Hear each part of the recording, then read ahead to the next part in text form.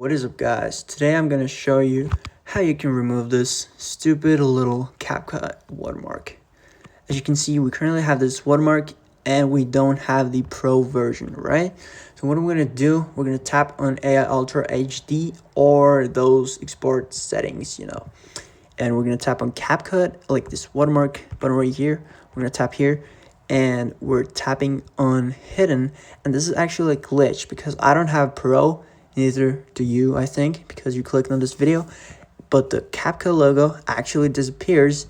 And no, we don't have to pay for the premium version because you can literally export the video without any problems. And yes, I think it's a glitch because why would it do that? Why would it give you free CapCut removal? I don't know, but it works. So it's like really nice. But if you have any questions, make sure to leave a comment. I'll be happy to answer them. And of course, like and subscribe. Goodbye.